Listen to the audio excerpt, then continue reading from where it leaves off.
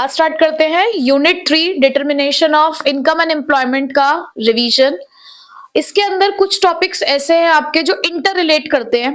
अगर आपने वो स्टार्टिंग का बेस बना लिया तो आपको दिक्कत नहीं आएगी पूरे चैप्टर के अंदर, न्यूमेरिकल्स में भी। ठीक है, तो सबसे पहला टर्म जो आपको पता होना चाहिए इस चैप्टर के अंदर वो है एग्रीगेट डिमांड। क्योंकि देखो यहाँ टॉपिक का नाम है, हमारे यूनिट का नाम है determination of income and employment. Basically यहाँ पर हम ये सीखेंगे कि वो कौन सा लेवल होता है जहां पर हमारी जो इकोनॉमी होती है वो इक्विलिब्रियम पॉइंट पे होती है। और ये बात हम क्लास 11th में माइक्रो इकोनॉमिक्स से ही सीखते हुए आए हैं कि जहां डिमांड और सप्लाई इक्वल हो जाते हैं वो इक्विलिब्रियम पॉइंट होता है।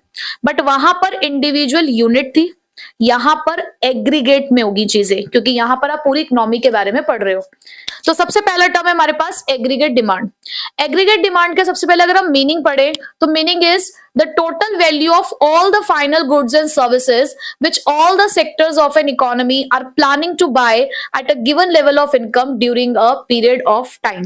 यानी कि जितने भी आपकी इकोनॉमी के अंदर गुड्स और सर्विसेज प्रोड्यूस किए गए हैं, फाइनल गुड्स की बात हो रही है, इंटरमीडिएट गुड्स की बात नहीं हो रही है। ठीक है, और जितने भी हमारे सेक्टर्स इकोनॉमी के वो उसे खरीदने के लिए प्लान कर रहे हैं एक पीरियड ऑफ टाइम पे, उसे हम उसकी एग्रीगेट डिमांड कहते हैं। एक चीज हमेशा ध्यान रखना, जब भी आप डिमांड को देखोगे, डिमांड हमेशा एक्सपेंडिचर को शो करता है, क्योंकि डिमांड है तो खर्चा होगा। तो यहां पर एग्रीगेट डिमांड को टोटल एक्सपेंडिचर भी कहा जाता है। हमने नेशनल इनकम पढ़ा था, उसमें एक्सपेंडिचर मेथड पढ़ा था। वहां पर आपको बताया गया कि एक इकोनॉमी के अंदर अलग अलग सेक्टर्स कैसे डिमांड करते हैं, कैसे एक्सपेंडिचर करते हैं, तो वही एग्रीगेट डिमांड के कंपोनेंट्स भी बनते हैं। फिर सेम वही चीज है, जीडीपी एमपी के कंपोनेंट्स, एग्रीगेट डिमांड के कंपोनेंट्स सेम होते हैं। ठीक है, तो सबसे पहला कंपोनेंट क्या है? House hold consumption expenditure. यानी कि हमारी इकोनॉमी में 4 सेक्टर होते हैं ना, कौन कौन से? हाउस होल्ड्स, फर्म्स, गवर्नमेंट और रेस्ट ऑफ द वर्ल्ड। तो चारों सेक्टर से आप देखोगे कि आपको डिमांड दिख रही है। तो सबसे पहले डिमांड है हाउस होल्ड की साइड से, तो household consumption expenditure. Then हमारे business firms investment expenditure, government की तरफ से गवर्नमेंट एक्सपेंडिचर, और लास्ट में रेस्ट ऑफ द वर्ल्ड की तरफ से नेट एक्सपोर्ट्स। ठीक है, तो ये चारों को मिलाकर हमारी एग्रीगेट डिमांड बनती है, लेकिन ये 4 सेक्टर में है।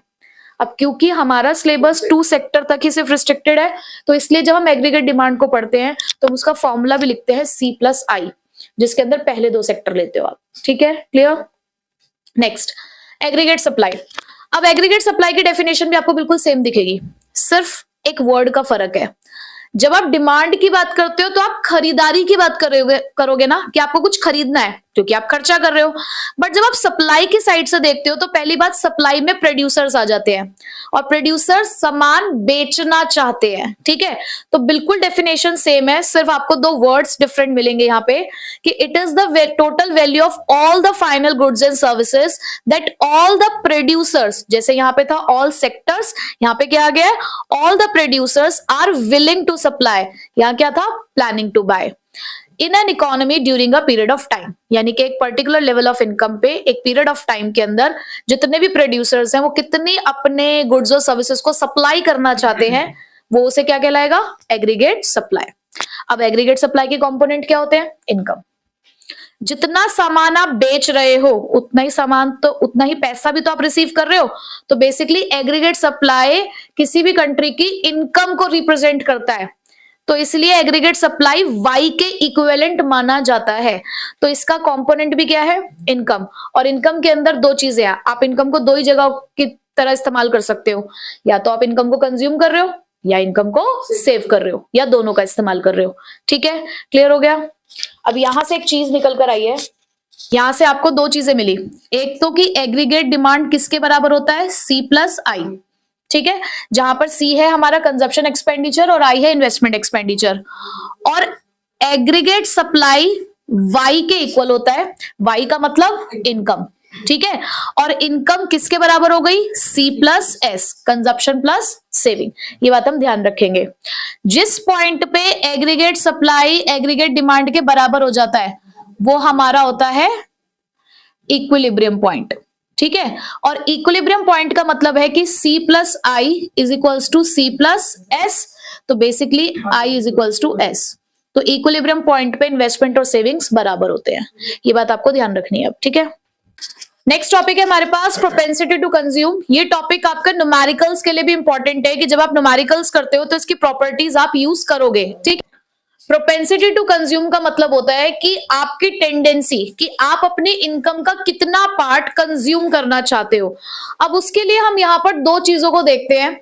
एक है हमारे पास एवरेज प्रोपेंसिटी टू कंज्यूम, दूसरा है हमारे पास मार्जिनल प्रोपेंसिटी टू कंज्यूम।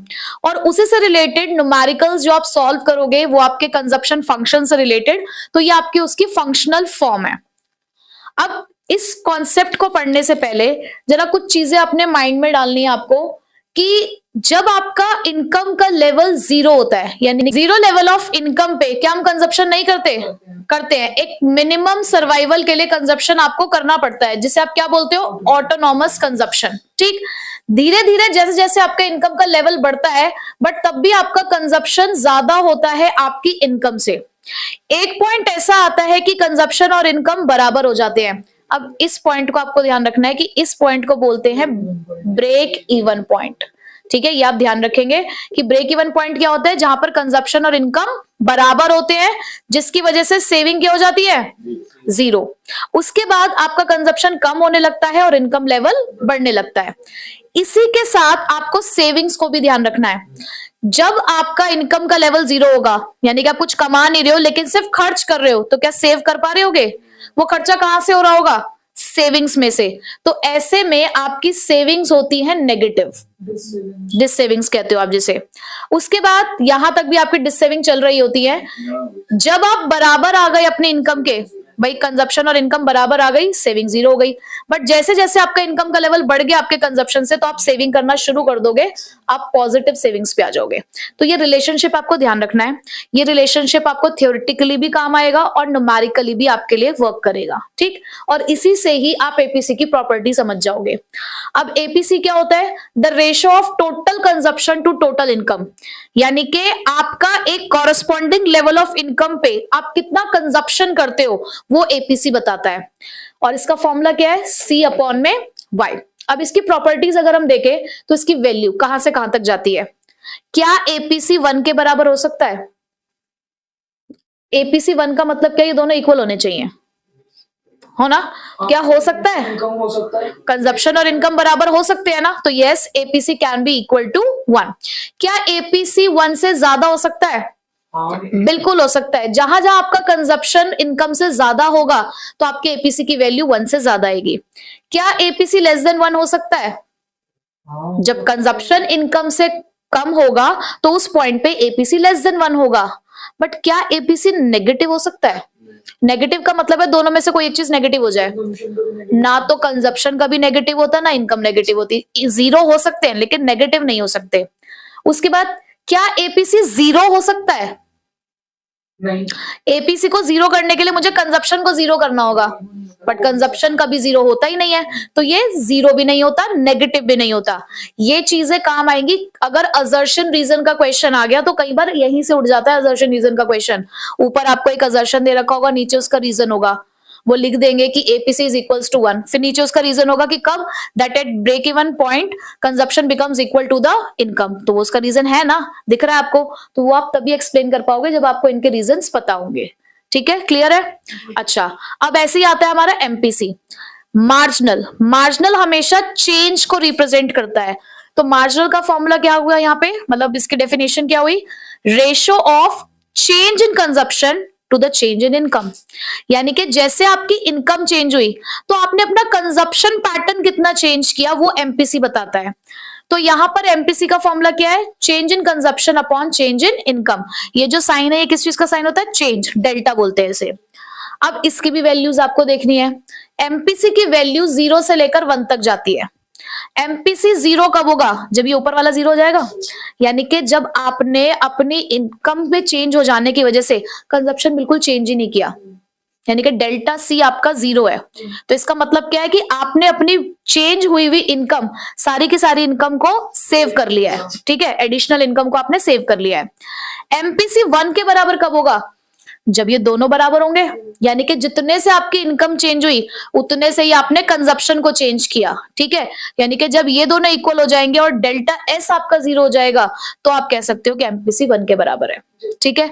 तो ये आपके न्यूमेरिकल और थियोरेटिकल पॉइंट ऑफ व्यू से इंपॉर्टेंट है। उसके बाद एक कंजप्शन फंक्शन, इसे हम कंजप्शन फंक्शन भी कहते हैं। कंजप्शन फंक्शन क्या होता है? C is equals to C bar plus B Y, जहां पर C है टोटल कंजप्शन और यहां पर ये जो C बार है इसे बोलते हैं ऑटोनॉमस कंजप्शन। बी वाई का मतलब होता है, B है एमपीसी और Y तो इनकम है। देखो ये ऑटोनॉमस कंजप्शन होता है तो ये इंड्यूस्ड कंजप्शन होता है। इंड्यूस्ड कंजप्शन मतलब कि जैसे जैसे इनकम चेंज होती है वैसे वैसे कंजप्शन भी चेंज होता है। इसी से जुड़ा है एक आपका साइकोलॉजिकल लॉ ऑफ कंजप्शन, याद आ रहा है कुछ? और ये किसने दिया था? कीन्स ने, किनीशियन साइकोलॉजिकल लॉ ऑफ कंजप्शन, जिसमें ये कहा गया कि जैसे जैसे इनकम बढ़ती है, पहले पॉइंट उसमें ये बोला कि एट 0 लेवल ऑफ इनकम एक मिनिमम सर्वाइवल के लिए कंजप्शन होता है जिसे आप ऑटोनॉमस कंजप्शन कहते हो। दूसरा पॉइंट इसमें ये बोला गया कि जैसे जैसे इनकम बढ़ती है वैसे वैसे कंजप्शन भी बढ़ता है, बट जितने रेट से इनकम बढ़ती है उससे कम रेट से कंजप्शन बढ़ता है। कंजप्शन के बढ़ने का रेट हमेशा इनकम के बढ़ने के रेट से कम रहता है, ठीक है। तो ध्यान रखना है, कई बार ये लॉ आ जाता है, ठीक है, क्लियर। तो प्रोपेंसिटी टू कंज्यूम के बाद प्रोपेंसिटी टू सेव। जैसे प्रोपेंसिटी टू कंज्यूम का मतलब होता है कि हमारी टेंडेंसी कि हम अपने इनकम का कितना पार्ट कंज्यूम करेंगे। लाइकवाइज प्रोपेंसिटी टू सेव क्या होता है कि हमारी इनकम का कितना पार्ट हम सेव करना चाहते हैं, उस चीज की टेंडेंसी, ठीक है। अब ये भी दो पार्ट्स में डिवाइडेड होती है, एपीएस और एमपीएस, जहां पर एपीएस का मतलब क्या है? एवरेज प्रोपेंसिटी टू सेव, और एमपीएस क्या होता है? Marginal propensity to save. APS का मतलब है कि आपकी एक गिवन लेवल ऑफ इनकम पे आप कितना सेव कर रहे हो, आपकी कितनी टोटल सेविंग है, उसको डिस्क्राइब करता है एपीएस, जिसका फॉर्मूला भी यही होता है, सेविंग अपॉन में इनकम। मार्जिनल हमेशा एडिशनल को या चेंज को रिप्रेजेंट करता है। तो ये किस चीज का रेशो है कि आपकी इनकम में चेंज होने की वजह से आपने अपने सेविंग्स में कितने चेंजेस किए, ठीक है। इसका फॉर्मूला होता है delta S upon delta Y, यानी कि change in saving upon change in income. Main जो है वो इनकी प्रॉपर्टीज हैं। देखो न्यूमेरिकली भी यूज करना है हमें इसको, थ्योरेटिकली भी। जैसे अब आपको कुछ चीजें याद हो चुकी होंगी कि 0 लेवल ऑफ इनकम पे कंजप्शन 0 होता है क्या? नहीं, ऑटोनॉमस कंजप्शन हमेशा एग्जिस्ट करता है, यानी कि मिनिमम सर्वाइवल ऑफ कंजप्शन।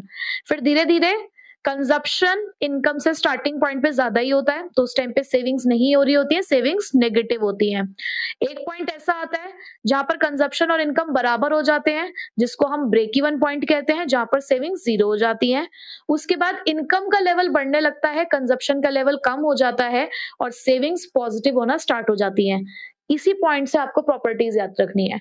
आप मुझे बताइए, क्या एपीसी 1 के बराबर हो सकता है? एपीएस, सॉरी, क्या एपीएस कभी 1 के बराबर हो सकता है?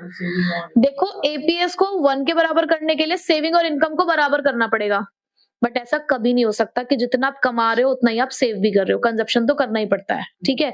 तो ये प्रॉपर्टी निकल कर आई कि एपीएस कभी भी 1 के बराबर नहीं होगा। क्या एपीएस कभी 0 हो सकता है?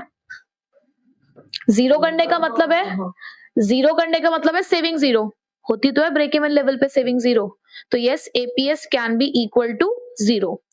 क्या एपीएस 1 से बड़ा हो सकता है? क्या सेविंग कभी इनकम से ज्यादा हो सकती है? नहीं, क्योंकि सेविंग इनकम से ज्यादा नहीं हो सकती, इसलिए 1 से बड़ा भी नहीं हो सकता। बट क्या 1 से कम हो सकता है? कि सेविंग हमेशा इनकम से कम ही होती है, इक्वल भी नहीं होती और इससे ज्यादा भी नहीं हो सकती, ना ज्यादा हो सकती ना इक्वल हो सकती, कम हो सकती है। अच्छा, तीसरी चीज, क्या एपीएस नेगेटिव हो सकता है? भाई नेगेटिव करने का मतलब है, नेगेटिव करने का मतलब है दोनों में से कोई एक चीज नेगेटिव हो जाए। सेविंग्स नेगेटिव होती है, स्टार्टिंग पॉइंट पे सेविंग नेगेटिव ही होती है, तो yes it can be negative, ठीक है। तो आपको एपीसी और एपीएस का डिफरेंस दिख रहा होगा, ठीक है। अब यहीं पे मैं बात करूं एमपीएस की। एमपीएस की वैल्यू 0 से 1 तक जाती है, ठीक है। एमपीएस 0 कब होगा? जब सेविंग 0 हो जाए, delta saving, change in saving, यानी कि आपने अपने इंटायर एडिशनल इनकम को आपने कंज्यूम कर लिया है। एमपीएस 1 के बराबर कब होगा? अब आप कहेंगे कि मैडम सेविंग और इनकम बराबर तो हो ही नहीं सकते, यहाँ एस अपॉन वाई नहीं लिखा है, चेंज लिखा है कि आपने अपनी बढ़ती हुई इनकम को पूरी तरीके से सेव कर लिया है। जितना आपने इनकम बढ़ी, सपोज करो आपकी 100 रुपए से इनकम बढ़ी, तो आपने 100 रुपए से सेविंग भी बढ़ा दी। तो अगर इस तरीके से आप इक्वालिटी लेकर आ रहे हो, दैट मीन्स आपने अपना कंजप्शन इंक्रीज नहीं किया, कंजप्शन में चेंजेस नहीं करे, तो चेंज इन कंजप्शन 0 है। लेकिन आपने अपना चेंज इन इनकम को चेंज इन सेविंग के इक्विवेलेंट कर दिया है, तो इन दैट केस आपका एमपीएस क्या हो जाएगा, 1 के बराबर हो जाएगा।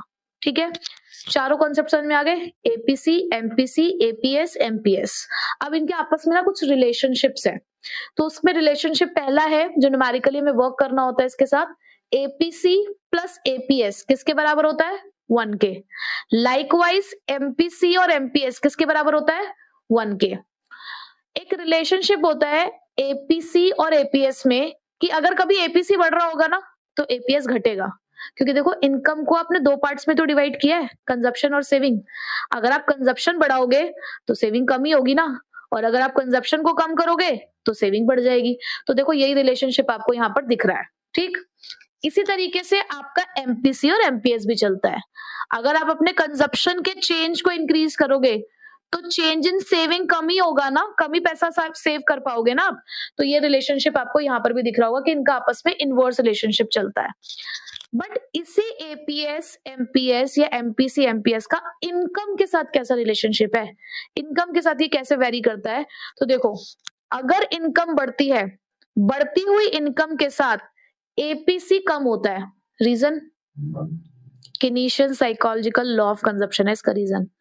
हमने उसमें क्या पढ़ा था कि जैसे जैसे इनकम बढ़ती है वैसे वैसे कंजप्शन भी बढ़ता है, बट कंजप्शन के बढ़ने का रेट इनकम के बढ़ने के रेट से क्या होता है, कम होता है। कि जैसे जैसे आपकी इनकम बढ़ती जाएगी कंजप्शन बढ़ेगा तो सही, लेकिन उसका रेट हमेशा क्या रहेगा, कम रहेगा। तो यही रीजन है कि इनकम और एपीसी में इनवर्स रिलेशनशिप होता है।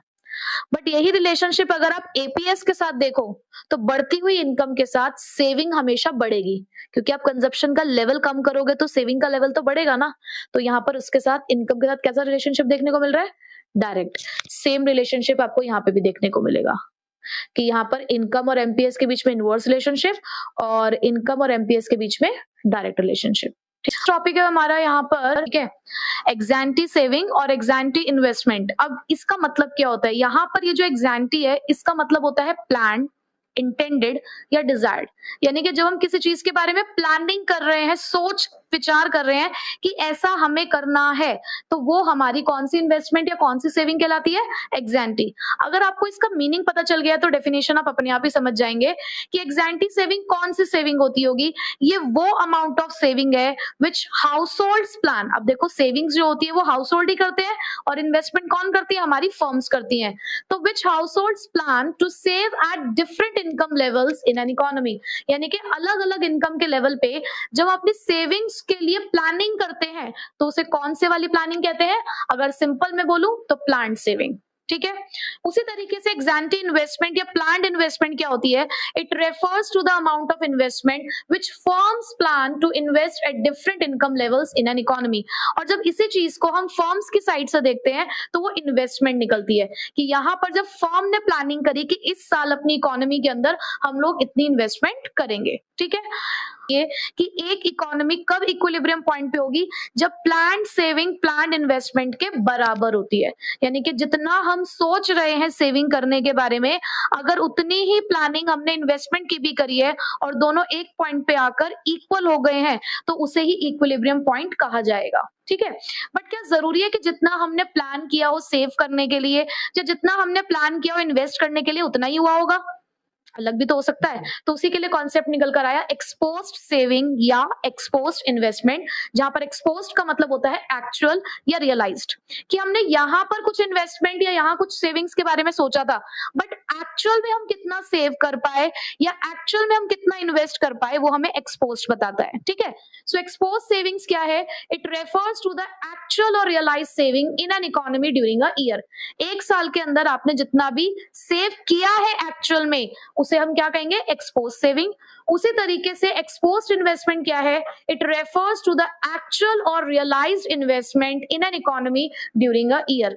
यानी कि हमने यहाँ पे कुछ इन्वेस्टमेंट करने के बारे में सोचा था, प्लान किया था, बट एक्चुअल में जितनी हमने करी वो कौन बताएगा हमें, एक्सपोज्ड इन्वेस्टमेंट। बट जब भी हम इस चैप्टर के अंदर सेविंग और इन्वेस्टमेंट की बात कर रहे होंगे तो हम इस वाले की बात कर रहे होंगे, ठीक है। ये सिर्फ हमें अपने नॉलेज के लिए पता होना चाहिए, ठीक है। अब इन्वेस्टमेंट हमारे पास दो तरीके की है, ऑटोनॉमस और इंड्यूस्ड इन्वेस्टमेंट। ऑटोनॉमस इन्वेस्टमेंट का मतलब होता है ऐसी इन्वेस्टमेंट जो इनकम लेवल के साथ चेंज नहीं होती, यानी कि जैसे जैसे आपकी इनकम चेंज होगी वैसे वैसे इस इन्वेस्टमेंट को चेंज नहीं किया जाता। जनरली गवर्नमेंट सेक्टर इस इन्वेस्टमेंट को करती है, क्योंकि गवर्नमेंट का जो मोटिव होता है वो प्रॉफिट कमाने का नहीं होता, सोशल वेलफेयर होता है। तो ऐसा माना जाता है कि गवर्नमेंट सेक्टर की तरफ से ही ऑटोनॉमस इन्वेस्टमेंट आती है। बट जब हम न्यूमेरिकल्स कर रहे होते हैं तब भी हम अपनी इन्वेस्टमेंट को ऑटोनॉमस अज्यूम करते हैं, तो जरूरी नहीं है वो गवर्नमेंट की है, वो बिजनेस फर्म्स की हो सकती है, ठीक है। उसके बाद इनकम इलास्टिक, इन इलास्टिक होती है ये इनकम इन इलास्टिक, यानी कि इसका इनकम में चेंज होने से कोई लेना देना नहीं है। हमने जो लेवल ऑफ इन्वेस्टमेंट डिसाइड कर लिया है ये उसी लेवल पर चलती रहती है। फंक्शनल फॉर्म, यानी कि आपको किस तरीके से इसको न्यूमेरिकली हम यूज कर लेते हैं, I इज इक्वल्स टू आई बार। जैसे ऑटोनॉमस कंजप्शन को लिखते हो ना C बार, ऐसे ऑटोनॉमस इन्वेस्टमेंट को I बार लिखा जाता है। उसके बाद इसका डायग्राम अगर आप देखें तो ये पैरेलल टू एक्स एक्सिस होती है, क्योंकि चाहे आपका इनकम का लेवल कुछ भी हो आपकी इन्वेस्टमेंट चेंज नहीं हो रही है, ठीक है। Next, induced. इंड्यूस्ड इन्वेस्टमेंट मतलब कि जो इन्वेस्टमेंट इनकम पर डिपेंड करती है, डायरेक्टली इनकम से इन्फ्लुएंस होती है ये। यहां पर इन्वेस्टमेंट को इंक्रीज सिर्फ तभी किया जाएगा जब आपको प्रॉफिट ज्यादा मिल रहा होगा तो ये वाली इन्वेस्टमेंट प्रॉफिट मोटिव से की जाती है, तो प्राइवेट सेक्टर जनरली इस इन्वेस्टमेंट को करते हैं। ये इनकम इलास्टिक है। इनकम इलास्टिक मतलब जैसे जैसे इनकम के लेवल में चेंजेस आएंगे वैसे वैसे इस इन्वेस्टमेंट में भी चेंजेस आते हैं, और यही रीजन है कि इसका जो आपको ग्राफ देखने को मिलेगा वो हमेशा अपवर्ड स्लोपिंग, कि जैसे जैसे इनकम बढ़ेगी वैसे वैसे आपका इन्वेस्टमेंट का लेवल भी इंक्रीज होगा, ठीक है।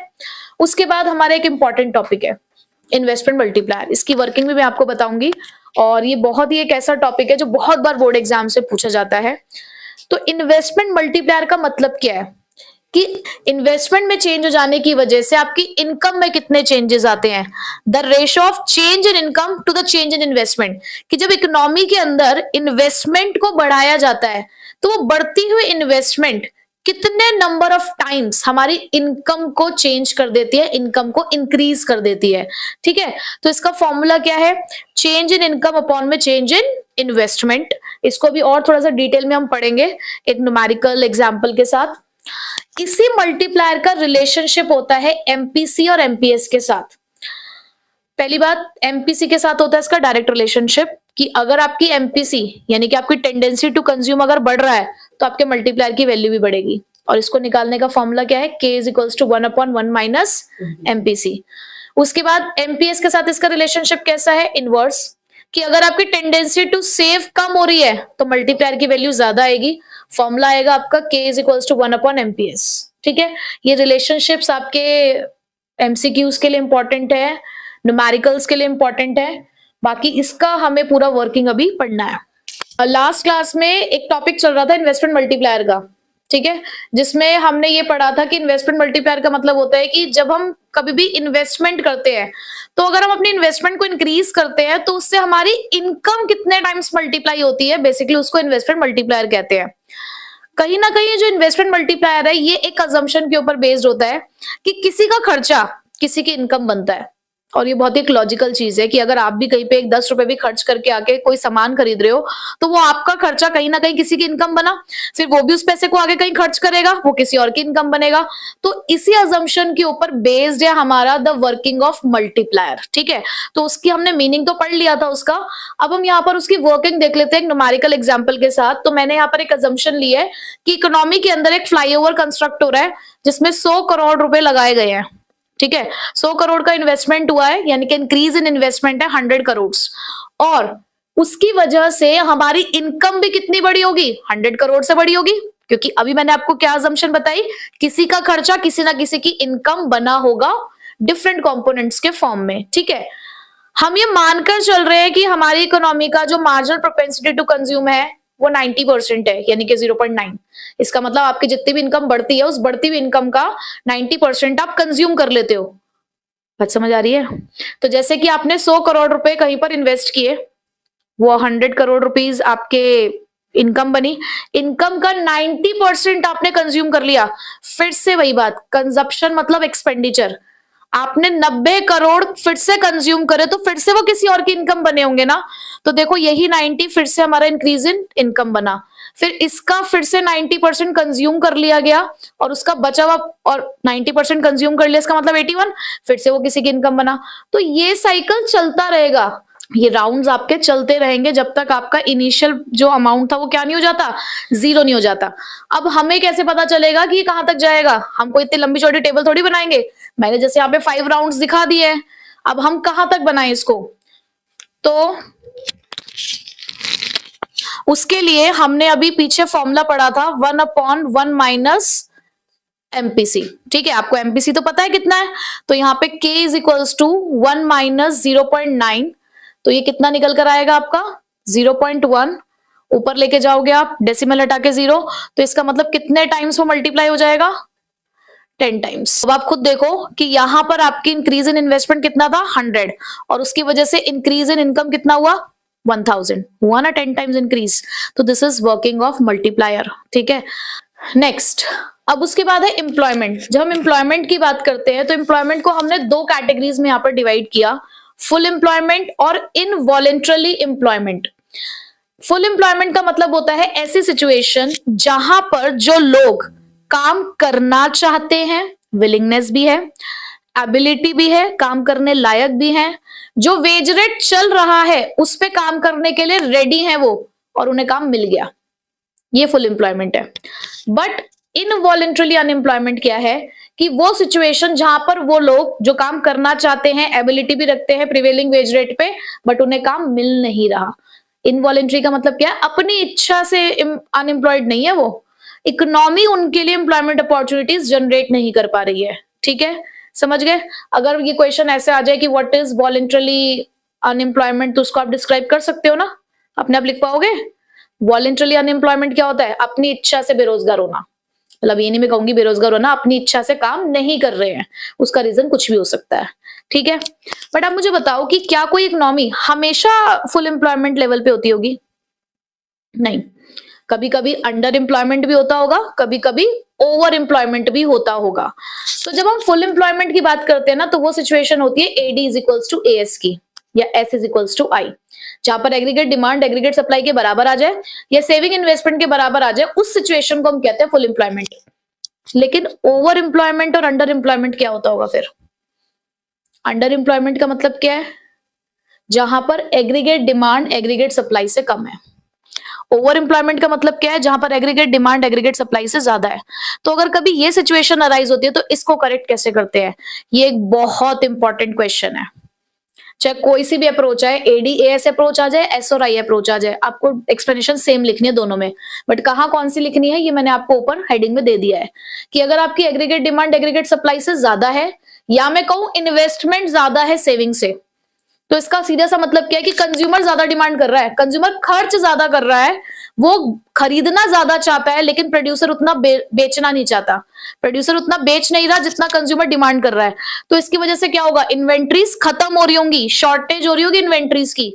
अब मार्केट में डिमांड ज्यादा है, सप्लाई कम है, तो क्या करना चाहिए प्रोड्यूसर्स को? प्रोडक्शन को बढ़ाना चाहिए ना। तो प्रोडक्शन को बढ़ाने के लिए उसे लोगों को अपने यहाँ पे रखना होगा, एम्प्लॉयमेंट इंक्रीज होगा, और जैसे एम्प्लॉयमेंट इंक्रीज होगा आउटपुट का लेवल बढ़ने लगेगा, और जब आउटपुट बढ़ेगा तो आउटपुट ही तो इनकम को डिस्क्राइब करता है ना। तो जैसे जैसे आउटपुट का लेवल बढ़ेगा आपकी इकोनॉमी में इनकम का लेवल बढ़ना शुरू होगा, और इनकम एएस को रिप्रेजेंट करता है, पता है ना ये बात? तो एक ऐसी सिचुएशन पे आप इवेंचुअली आ ही जाओगे जहां पर AD is equals to AS हो जाएगा। उसके बाद अगर इसी सिचुएशन को मैं रिवर्स कर दूं तो देखो बिल्कुल यही एक्सप्लेनेशन है, सिर्फ आपने क्या करना है, इसका अपोजिट लिखना है कि अगर एग्रीगेट डिमांड एग्रीगेट सप्लाई से कम है, या फिर मैं कहूं इन्वेस्टमेंट सेविंग से कम है, तो इसका सीधा सा मतलब क्या है? अब कंज्यूमर कम डिमांड कर रहा है, कम खर्चा कर रहा है, जितना प्रोड्यूसर मार्केट में बेचना चाह रहा है उतना कंज्यूमर खरीदना नहीं चाह रहा, तो ऐसे में इन्वेंट्री सरप्लस में आ गई है, हमारे पास इन्वेंट्री इकट्ठा हो रही है, पहले से इन्वेंट्री इकट्ठा हो रही है तो क्या आपको प्रोडक्शन और बढ़ाना चाहिए? नहीं, इवन आपको प्रोडक्शन कम करना चाहिए। और प्रोडक्शन कम करने का सीधा सा मतलब है अब आपको एम्प्लॉयमेंट कम करना होगा।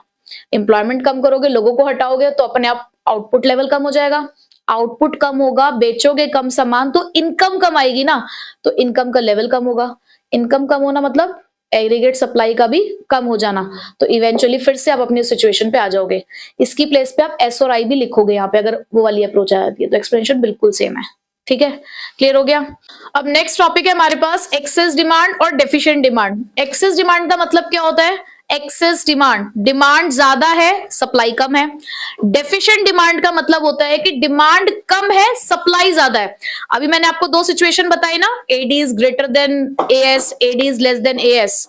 देखो जब एडी ग्रेटर देन एएस होगा उस सिचुएशन को full employment level of equilibrium क्या होता है? Full employment level of equilibrium AD is equals to AS. ठीक है, बट समटाइम्स जब हम ये कह रहे हैं कि एग्रीगेट डिमांड ज्यादा है एग्रीगेट सप्लाई से corresponding to the full employment level, तो एक गैप क्रिएट होता है। उस गैप को कहा जाता है इन्फ्लेशनरी गैप। ठीक है, वहीं पर अगर मैं बात करूं डेफिशिएंट डिमांड की, तो डेफिशिएंट डिमांड का मतलब है कि फुल एम्प्लॉयमेंट लेवल से एग्रीगेट डिमांड नीचे आ रही है, कम आ रही है, तो फिर से एक गैप क्रिएट हो रहा है।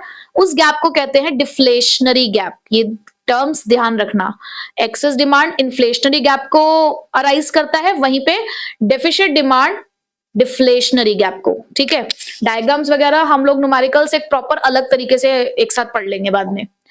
अब एक्सेस डिमांड की सिचुएशन अगर अराइज होती है तो उसको कैसे करेक्ट किया जाता है? तो उसके हमारे पास दो मेजर्स हैं, मॉनेटरी मेजर्स और फिस्कल मेजर्स। मॉनेटरी मेजर्स में दो टूल आते हैं, क्वांटिटेटिव और क्वालिटेटिव। तो क्वांटिटेटिव टूल्स की अगर मैं बात करूं तो ये हमारे पास कुछ तरीके हैं जिससे आप इकोनॉमी के अंदर एक्सेस डिमांड की सिचुएशन को करेक्ट कर सकते हो। जैसे कि सबसे पहला बैंक रेट। क्या होता है बैंक रेट? जिस रेट पे कमर्शियल बैंक सेंट्रल बैंक से पैसा उधार लेते हैं for the long term purpose, long term के लिए, तो वो बैंक रेट होता है। वहीं पे रेपो रेट क्या होता है? सेम चीज है कि जिस रेट पे कमर्शियल बैंक सेंट्रल बैंक से पैसा उधार लेते हैं बट शॉर्ट टर्म के लिए, तो दोनों ही रेट्स को एक्सेस डिमांड में इंक्रीज कर दिया जाता है। अब आप जब एक्सप्लेनेशन लिखते हो ना, फिर आप कहते हो कि हमें मार्क्स फुल नहीं मिले, हम तो लिख कर आए थे। आप सिर्फ इतना लिख कर नहीं छोड़ोगे कि इसको इंक्रीज कर दिया जाता है। उससे क्या इम्पैक्ट पड़ा इकोनॉमी के ऊपर, आपको ये भी लिखना होता है कि अगर सेंट्रल बैंक, एक बार सुन लो, सब में एक्सप्लेनेशन ऑलमोस्ट सेम है। सेंट्रल बैंक अगर बैंक रेट को या रेपो रेट को इंक्रीज कर देता है तो उसका सीधा सा इंपैक्ट ये जाता है कि कमर्शियल बैंक को पैसा उधार लेना महंगा पड़ रहा है, जिसकी वजह से वो जनरल पब्लिक के लिए भी रेट ऑफ इंटरेस्ट इंक्रीज कर देगा, क्योंकि वो भी फिर आगे रेट को बढ़ा देगा। जब रेट ऑफ इंटरेस्ट इकोनॉमी में इंक्रीज होगा कमर्शियल बैंक्स के थ्रू, तो पब्लिक को अब बैंक से लोन लेना महंगा पड़ना शुरू हो जाएगा। तो ऐसे में पब्लिक लोन्स की डिमांड को कम करेगी, और जब पब्लिक लोन्स की डिमांड को कम करेगी तो इकोनॉमी के अंदर मनी का जो सर्कुलेशन है, जो सप्लाई है, वो ऑटोमेटिकली कम होनी शुरू हो जाएगी। और देखो एक्सेस डिमांड में हमें करना यही है कि लोगों के खर्चे को कम करना है। खर्चे को कम करने का मतलब पैसा देना कम कर दो, पैसा ले लो उनसे, तो हो गया ना काम। इसी तरीके से reverse repo rate. Reverse repo rate का मतलब क्या होता है? जो हमारे कमर्शियल बैंक्स होते हैं उनके पास सरप्लस मनी है, वो अपनी सरप्लस मनी जब सेंट्रल बैंक के पास जमा करते हैं, हाँ, जब सेंट्रल बैंक के पास जमा करते हैं तो सेंट्रल बैंक उनको कुछ इंटरेस्ट देता है, उसे ही बोलते हैं रिवर्स रेपो रेट। यहां पर अब हम सेंट्रल बैंक के पास पैसा जमा कर रहे हैं अपना, हमारे पास एक्स्ट्रा है। अब मार्केट में एक्सेस डिमांड है तो सेंट्रल बैंक क्या करेगा? इस रेट को बढ़ा देगा ताकि कमर्शियल बैंक ज्यादा से ज्यादा पैसा सेंट्रल बैंक के पास रखवाएं। अब इससे क्या इंपैक्ट पड़ेगा? इससे इंपैक्ट पड़ेगा कि कमर्शियल बैंक के पास पैसे उधार देने के लिए कम बचेंगे, उसकी लेंडिंग कैपेसिटी कम हो जाएगी, जिससे कि मार्केट में उधारी, मनी सप्लाई अपने आप ही कंट्रोल हो जाएगी। ठीक है, open market operation. Open market operation का मतलब होता है कि गवर्नमेंट सिक्योरिटीज को सेंट्रल बैंक के थ्रू खरीदा और बेचा जाता है। अब वही एक्सेस डिमांड है, इन्फ्लेशन है, मार्केट के अंदर कंट्रोल करना है, तो सिक्योरिटीज खरीदोगे या बेचोगे? बेचेंगे ताकि पैसा उनके पास से हमारे पास आए। ठीक है, तो यहाँ पे सेलिंग होता है ओपन मार्केट ऑपरेशन में। सीआरआर क्या होता है? Cash reserve ratio. हर कमर्शियल बैंक को अपनी टोटल डिपॉजिट का एक परसेंटेज किसके पास रखना पड़ता है? सेंट्रल बैंक के पास रखना पड़ता है। तो अगर सीआरआर को बढ़ा दिया जाएगा तो कमर्शियल बैंक के पास कम पैसा बचेगा लेंड करने के लिए, तो ऑटोमेटिकली कंट्रोल हो जाएगा। एसएलआर क्या होता है? Statutory liquidity ratio. यहां पर ये रेशो होती है कि हमें, मतलब कमर्शियल बैंक्स को अपने लिक्विड एसेट्स का कुछ परसेंटेज सेंट्रल बैंक के पास रखवाना होता है? नहीं, ये रिजर्व होता है कि वो बनाते तो हैं बट उसे अपने पास रखते हैं, ठीक है। एक रिजर्व सेंट्रल बैंक के पास जाता है तो एक रिजर्व कमर्शियल बैंक अपने पास रखते हैं, ठीक है। और इन्फ्लेशन के टाइम पे एक्सेस डिमांड में इसको भी इंक्रीज कर दिया जाता है। क्वालिटेटिव टूल में मार्जिनल रिक्वायरमेंट है। मार्जिनल रिक्वायरमेंट का मतलब होता है कि आपने लोन कितना डिमांड किया, लोन कितना आपको सैंक्शन किया जा रहा है और उसके अगेंस्ट सिक्योरिटी कितनी आप मॉर्गेज कर रहे हो। जैसे 10 लाख के लोन के लिए 12 लाख की सिक्योरिटी, कितना डिफरेंस है?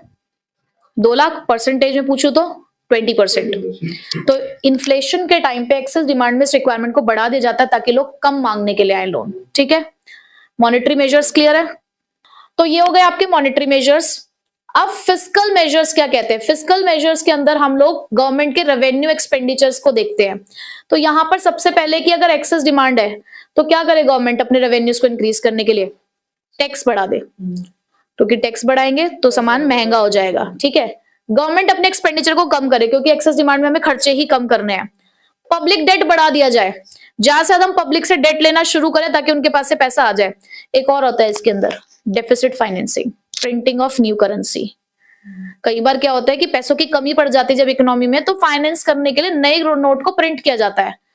तो डेफिसिट फाइनेंसिंग को कम करना चाहिए in case of excess demand, ठीक है। आपने एक्सेस डिमांड अच्छे से समझ लिया, उसका जस्ट अपोजिट होता है deficient demand. Deficient demand monetary और फिस्कल मेजर से ही ये भी करेक्ट किया जाता है। यहाँ पे भी क्वांटिटेटिव और क्वालिटेटिव मेजर्स है। जो आपने यहाँ पढ़ा उसका जस्ट अपोजिट यहाँ है। यहाँ पे bank rate, repo rate, reverse repo rate, CRR, SLR को क्या कर दिया जाएगा? कम।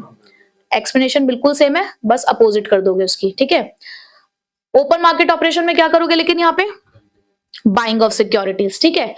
फिस्कल मेजर में यहां पर टैक्स को कम कर दिया जाएगा ताकि लोग ज्यादा डिमांड कर सके, गवर्नमेंट अपना एक्सपेंडिचर बढ़ाए। और पब्लिक डेट अब यहां पर हम कम करेंगे क्योंकि हमें लोगों के पास पैसा छोड़ना है, ठीक है। तो हमने यहाँ पर रिवीजन में जो मेन जो टॉपिक्स थे, हालांकि हमने ऑलमोस्ट सब कुछ डिस्कस कर लिया है, सिर्फ एक दो चीजें हैं, जैसे कि हमने ग्राफ डिस्कस नहीं करे, डायग्राम्स डिस्कस नहीं करे हैं और न्यूमेरिकल्स, उसके लिए हम एक सेपरेट क्लास में डिस्कस कर लेंगे।